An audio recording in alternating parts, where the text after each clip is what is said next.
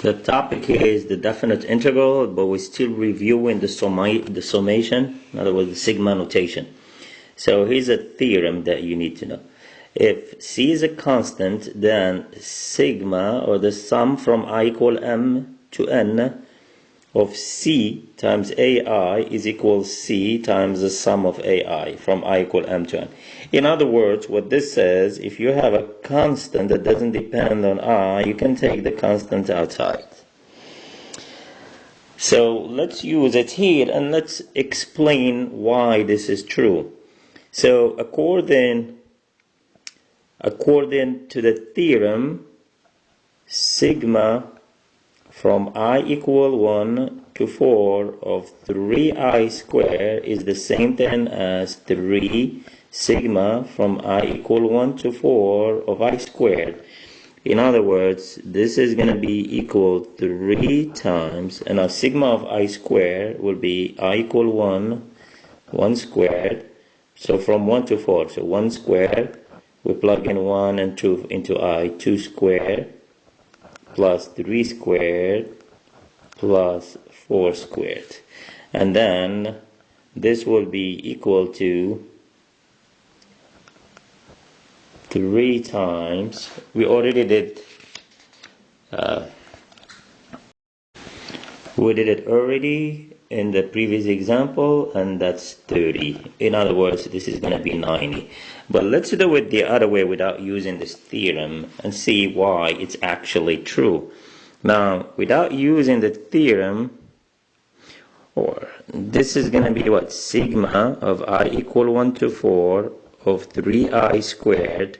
So when I is equal 1, we'll get 3 times 1 squared, plus when I is equal 2, we'll get 3 times 2 squared, so plus 3 times 3 squared, plus 3 times 4 squared.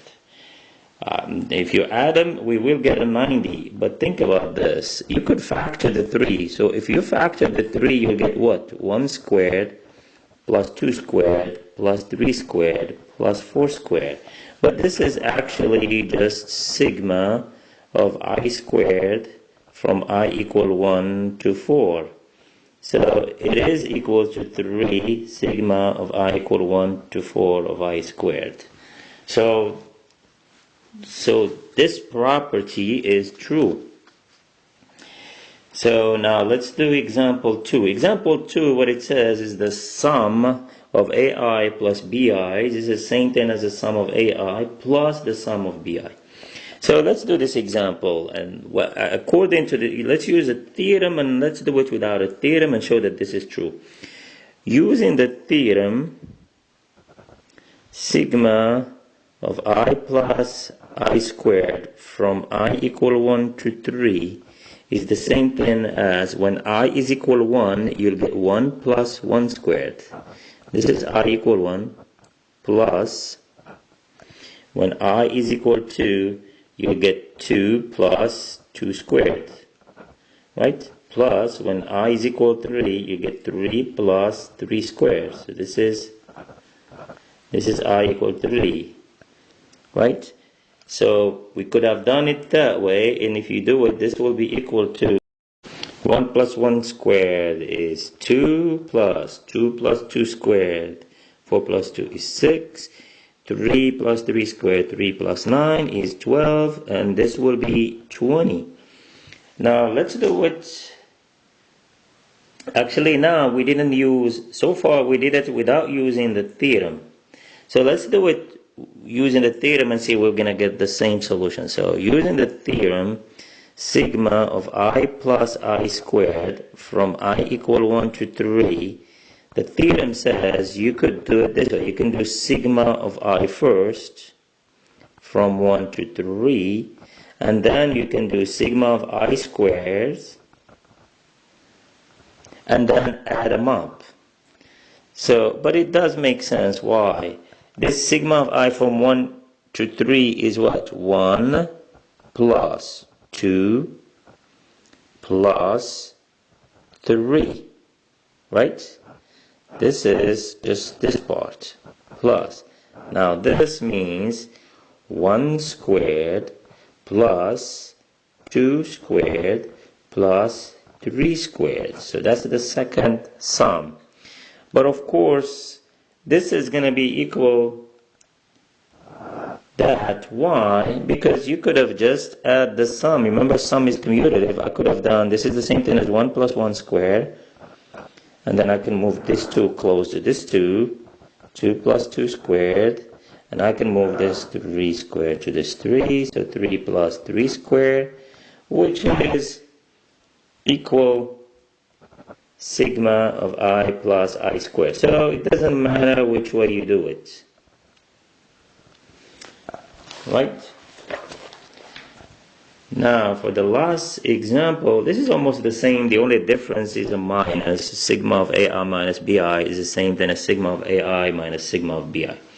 But let's do an example anyway. What this says, this is the same thing. Now we're going to use the theorem. This is the same thing as sigma from I equal 1 to 4 of I squared minus sigma of 4 from I equal 1 to 4, which is, this we already did before. Sigma of I squared is from 1 to 4. Let's just do it again. So it's 1 squared plus 2 squared plus 3 squared plus 4 squared, right? Minus, but sigma of 4 from 1 to 4, it's going to be 4 plus 4 plus 4 plus 4, because it's a constant, right? So this will be equal to 30 minus 8 plus 8 is 16, which is equal to 14. Now let's use all those three properties of the theorem at once. So let's do this. Sigma of I equal 1 to 5 of 3i squared plus 2i. This is the same thing, using the sum property, this is the same thing as sum from 1 to 5 of 3i squared plus sum of 2i from I equal 1 to 5. So here I use number 2. Right? Let me just say what I use. Here I use number 2. Now I can take 3 outside and I can take 2 outside, and that would be number 1. So this means that this is equal to 3 sum of I squared from 1 to 5 plus 2 sum from I1 to 5 of I. So this will be equal 3 plus 2. Now all we need to do is sum of I equal 1 to 5, and we know how to do that. This is going to be 1 squared plus 2 squared plus 3 squared plus 4 squared plus 5 squared. Same thing here, from 1 to 5 of I will be 1 plus 2 plus 3 plus 4 plus 5. So this is going to be equal 3 times plus 2 times. It will be 45, and this will be 9, 10, 12, 14, 15. Then just add those. That's going to give us 165. And that's it for these examples.